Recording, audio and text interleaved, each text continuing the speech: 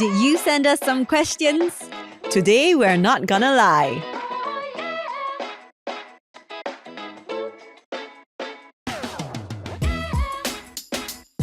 Hey everyone, welcome back to a new episode of NGL. We're so glad to have you here with us. And you know, every single time we launch a new episode, we get you guys to send in some questions on Instagram, on our Telly channel. And 16 episodes in, we've gotten a lot of questions from you guys, okay? So today we want to take some time to just answer some of these questions. And to help me, I've invited my friend Zelanie.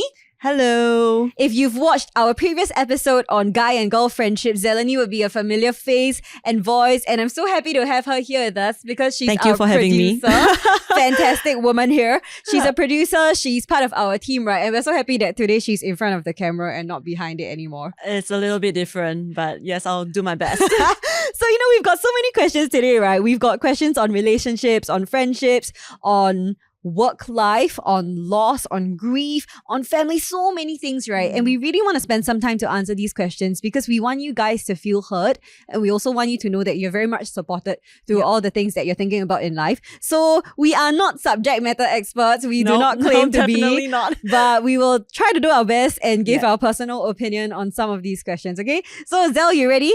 Let's go. All right, let's go with the first question. You can pick it. Let's see. Okay. My partner has anger issues. How do I deal with it? Wow. You guys are really asking Wow, the real all the questions. relationship questions all come out. Oh my gosh. Okay, to be honest, I have not had this experience, even with like friends. Yeah, because I'm just very scared of angry people. Like I just like run the other direction. Yeah, like it's hard lah. It's hard. Wow, anger. Okay, I mean, I don't have personal experience when it comes to this. But I would say two things. One is that I think, okay, maybe to see anger as one of many imperfections that people can have. And then the second thing is also to know that while it is one of many imperfections, sometimes anger really has quite specific implications yeah. Right. So on the idea of it being one of many imperfections, right? I think like maybe one person has an angry partner, one person has a lazy partner, one person has a very argumentative partner, whatever it is, right? But I think at the end of the day, what is important for me is whether they are willing to work on themselves and grow. Yeah, when it comes there to needs whatever, to be some sort of ownership on. Correct, because actually, really, all of us have some areas in our lives that are really not great, lah. And I think all of these is exposed even more when you come into a relationship to do life closely with another person. Like as a funny thing, right, is that I think when Brian and I were friends, right, I think he really thought the world of me. And then after that, when we came together, I'm like, surprise! I mean, this is the real me. I'm not a monster, but I'm pretty sure he does not have that rosy impression of me anymore, lah, that he had when maybe we At were least not it's together real. yet. Yeah, I'm like, well. So I think the truth is all of us have certain areas in our lives that are not great. And at the end of the day, I feel it really is whether a person is committed to growth and whether a person is committed to acknowledging certain imperfections, certain things that have an impact on other people negatively, right? And is willing to do something about it. Actually, to me, if you are willing to admit that you have an issue with anger, right? And you are willing for me to come alongside you to help you grow in this, right? I think I am more willing to accept that about you. But at the same time, I know that anger is not like any other issue because there are specific implications to anger lah. And maybe to me, where the line is drawn is when I think that anger has an impact. Okay, no, how to say it? I think it goes back to what the person does when he's angry. Like there are certain lines you cannot cross. Correct. You having a tendency to get angry quickly or angry, right? It's very different from you in your anger hitting a wall, acting out, saying things that you shouldn't. You know, it's very abuse, different. And I think a line is crossed when I don't see the person exercising self-control and restraint in his anger. Mm. To me, if you are quickly frustrated and quickly impatient, quickly angry, but you can exercise self-control and you know how to apologize when you are in the wrong, right? I find that more acceptable. Yeah. Yeah. Because there's certain, not just willingness to try, but there's effort as well. It's not just, okay, I want to change, Yeah. but I actually put in effort. Yeah. I hope that if you're in this situation, that there are some trusted friends in your life who you can maybe speak to assess the situation together. Not that you wanna like air your partner's dirty laundry all out in the open lah, but I think if his or her anger is having some implications on you, either physically, emotionally, or mentally, right? I think it is helpful to have a sounding board, just because many times in relationships where things can be quite like intense in this way, it can be very confusing for the person in the relationship because you don't really know whether it's appropriate or okay to talk about these things with your friends. You don't know whether what you're experiencing is normal or is acceptable. And I think just trying to figure that out yourself can be a bit of like a don't really know where this is going in my head, you know. But I think if you have some trusted friends who you can bounce thoughts with, it might be helpful for them to speak into your situation and help you get some clarity also as to whether your partner is a bit of a red flag or he's a work in progress that you're willing to commit to lah. Yeah. Wow, that's a tough one, but I think having trusted friends, just one or two, you need that. If not, like, you might end up like being gaslighted, or you like gaslight yourself and think that anger is normal. But in a relationship, especially in a romantic partner, like when there's love, right, there needs to be both sides laying down, like putting the partner's needs before themselves, and there are certain lines that cannot be crossed, no matter how much you can tolerate. So I would say that's my personal answer. I don't know, we all have different thresholds, but I also think that there are certain objective boundaries that like we all need to set up for ourselves. And I guess at the end of it, anger stems from a place of hurt. And it could be a very deep-rooted issue, which you kind of we may need to consider external help as well. It may not be something that the couple can go through it alone. So whether is it some trusted friends, whether is it professional counseling as well, I think these are some things that depending on at which stage the severity it is, of it can consider also. I hope that things do work out. And that you'll be able to work things out with your partner, or at least find some clarity in like the next few steps. And our DMs are really always open to you if you need help. So just message us. Okay. Oh, this one is another heavier one. Why do people come into our lives if they're not meant to stay? How do I know who's going to stay and who isn't? Wow. Nata, I remember in the friendship episodes, you mentioned that you're someone who really believe that friendship is for life, right? Like people, you can actually imagine growing old with the friends in your life. So did anyone walk out? Like a friend walked out when you thought that they would stay? Yes, I think, okay, just in general, like I'm somebody that's quite sentimental lah. So like I'm sentimental to the point, and I remember everything, okay? So up till now, right, I'm like 29. I can remember conversations that I have with my friend in like primary school. Primary school? Yeah, really. I know like maybe 2 people from primary school. I don't know, and I'm also very visual, so I can visualize the entire scene that we had the conversation. I can remember like this thing that my friend and I laughed about from on the way home from school when we were Sec 1, right? Like why we found it so funny, why we couldn't stop laughing. I remember it till today, you know. So like that's the kind of person I am lah. Like the memories are always quite fresh in my head, and I remember I reminisce quite a bit. So I think naturally maybe what comes along with such an inclination is also that when people leave, then you still remember all these things, right? Yeah, it must feel so devastating. Yeah, like I think when I was younger, I've had experiences where like I was very close to some friends in secondary school and JC because I was from like a 6-year program school, right? So we really just like have been very, very close for like a large chunk of our lives. And then when we went into uni, I think we kind of drifted because people kind of got busy with like different things in their lives, right? And I remember feeling quite sad about it because I felt like my friend moved on from me.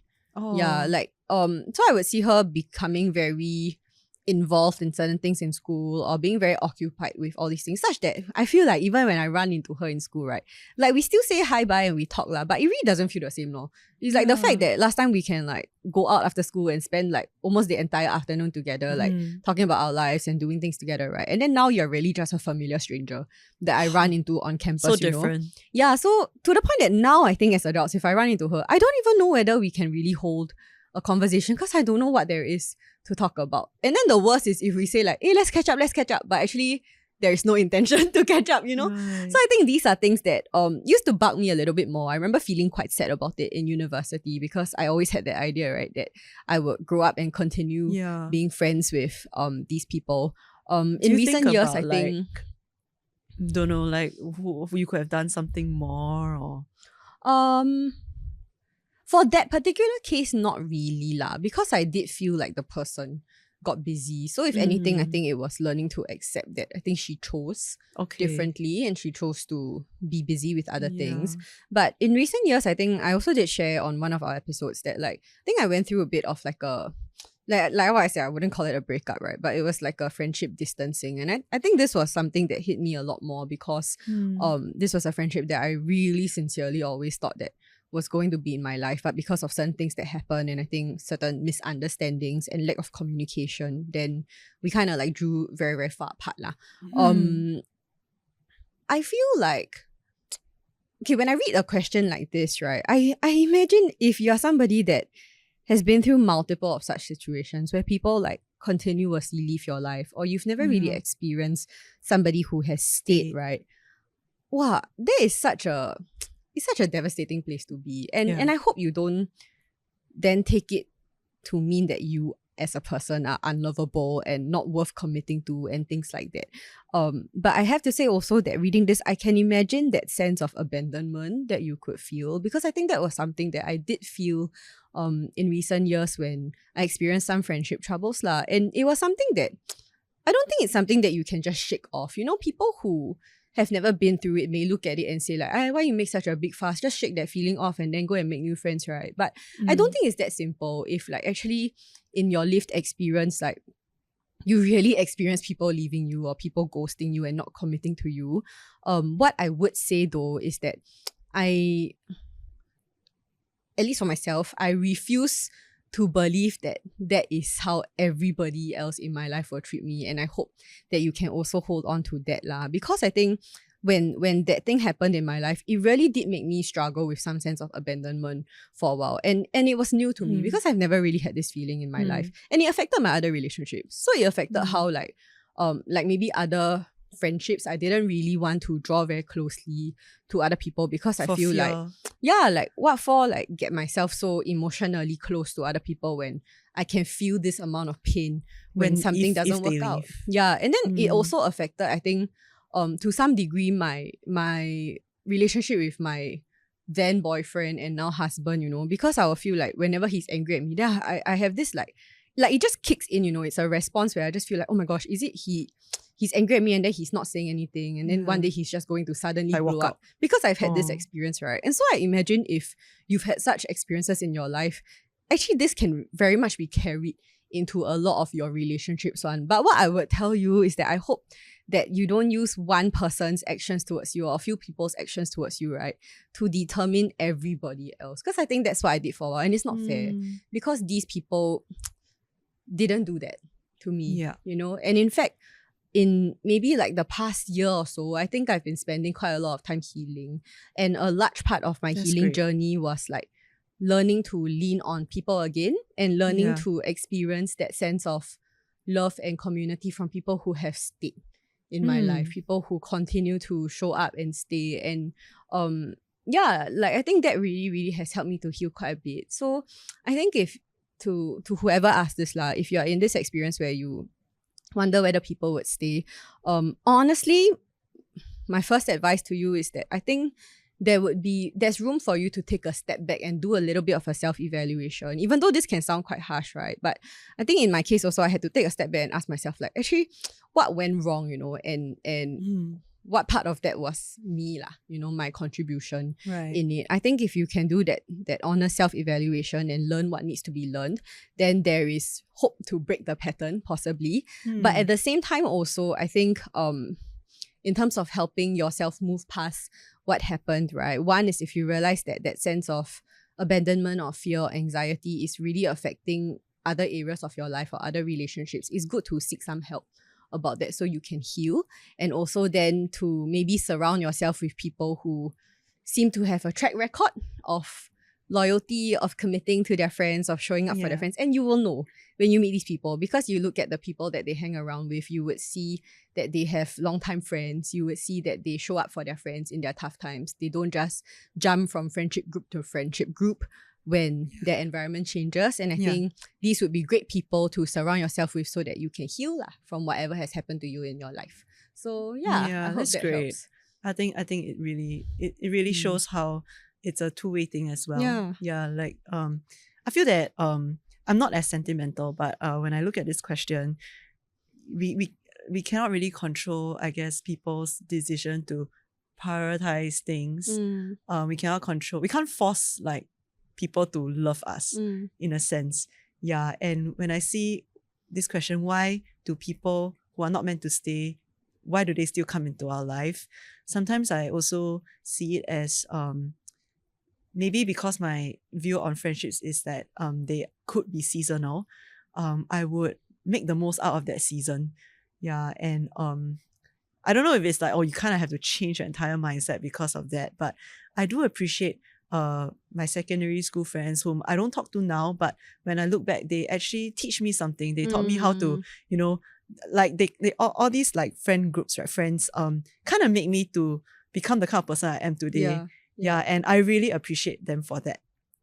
And I think to what you say about finding like people who can commit to you, right? I think it's something that as much as you cannot control, but it's something that you also cannot like assume that there will be no one there for you for the rest of your life. You will be surprised. And a lot of good friends that I make, right, are actually only in the last few years.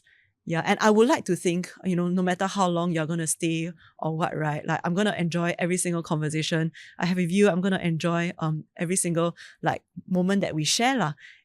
And to me that is enough. And I think when I focus on that, I actually become that friendship just becomes a lot more freeing, a lot more fun also. At that point.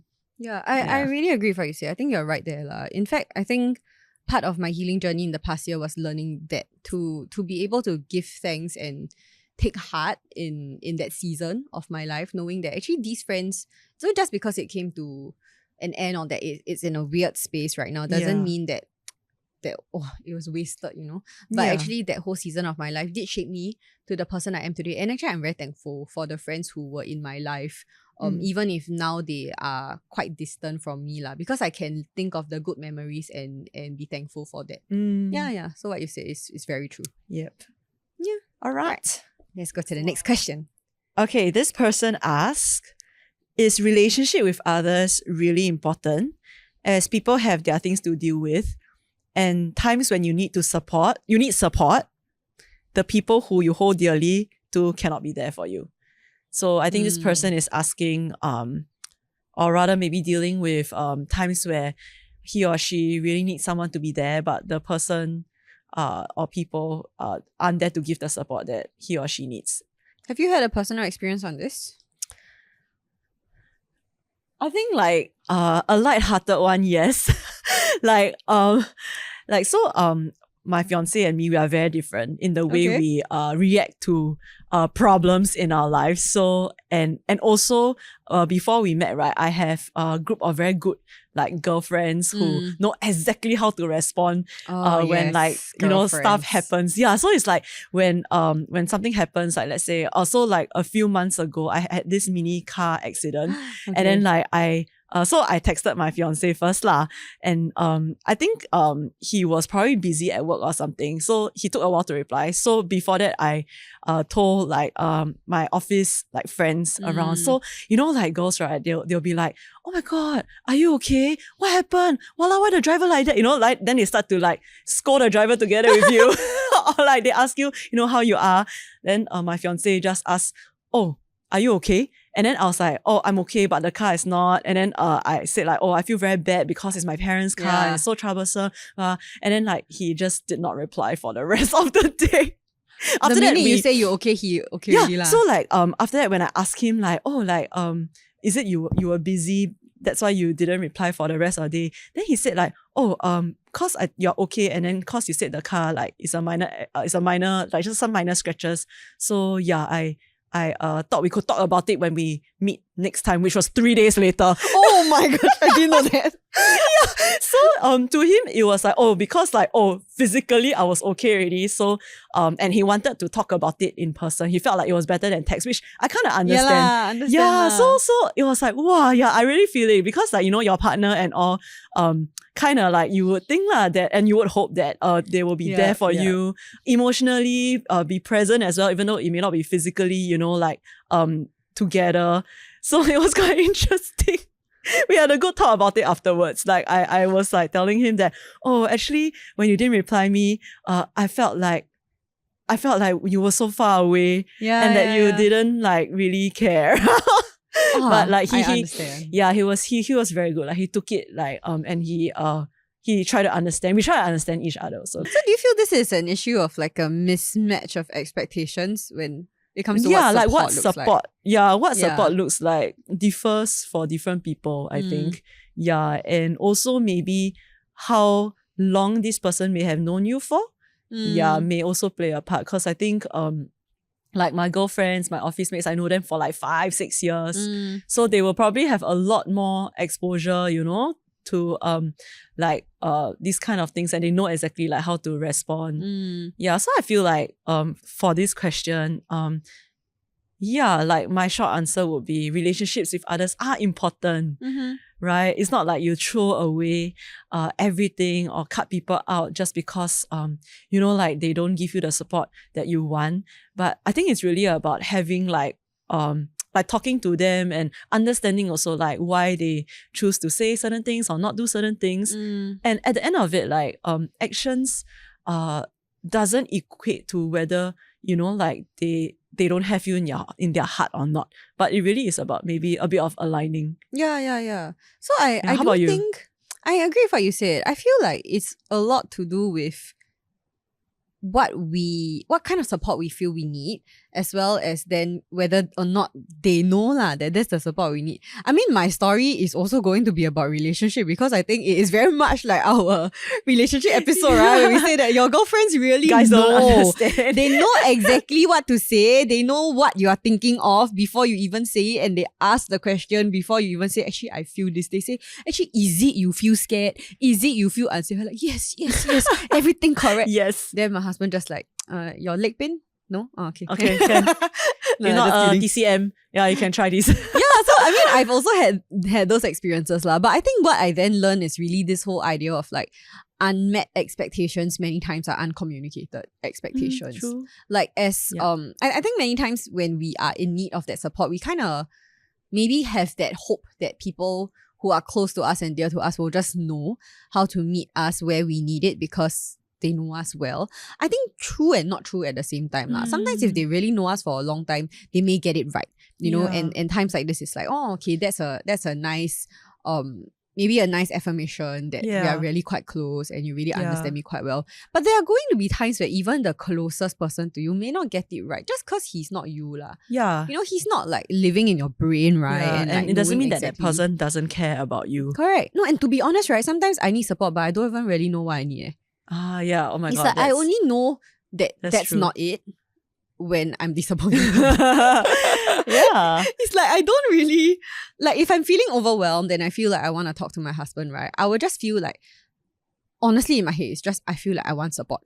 but I don't really know what that means. And then I go to him and he says something that clearly isn't what I wanted. Then I feel like, oh my gosh, that's not what I needed. But he never knew what to give to me because I never said it. Yeah, you didn't right? like state it up front. I think it is quite the same way with friendship actually. That like many times perhaps what might help is if we have some clarity as to the support that we need. It can feel quite sian lah because you're really emotional. Then I still need to tell you how to support me, right? But I think that is part of mature relationships. That we're able to communicate and say like, hey, actually I just need a listening ear, or I need some advice lah. Can you help me solve this thing or help me weigh in, right? And I think that brings a lot of clarity to people in our lives who actually want to support us but maybe don't know how to do it in the moment. And I think one other thing that I learned, right, is also to be a bit more compassionate and understanding towards the people we are demanding support from.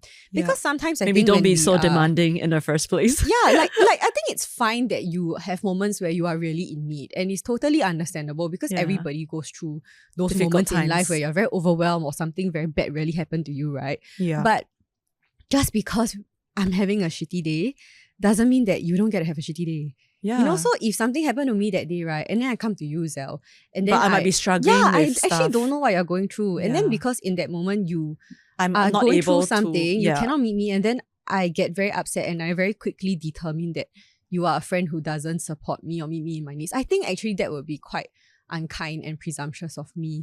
And what I would say then, which I have come to learn the hard way for myself many times when I scold my husband and then I realized that actually he's having quite a bad day, is that I think sometimes we can be very, very overwhelmed and consumed by what we feel and what we're thinking because it's just very tangible to us, right? But there's always room to take a step back and wonder whether other people are also going through tough things. It doesn't make your thing any worse and it doesn't make it easier, but it offers room, right, to be more understanding when people cannot show up for you in some form. Then what that means, right, is then when I have a conversation with you to ask, hey, actually what happened that day? How come you never reply me when I tell you that I'm okay and the car got some scratches, right?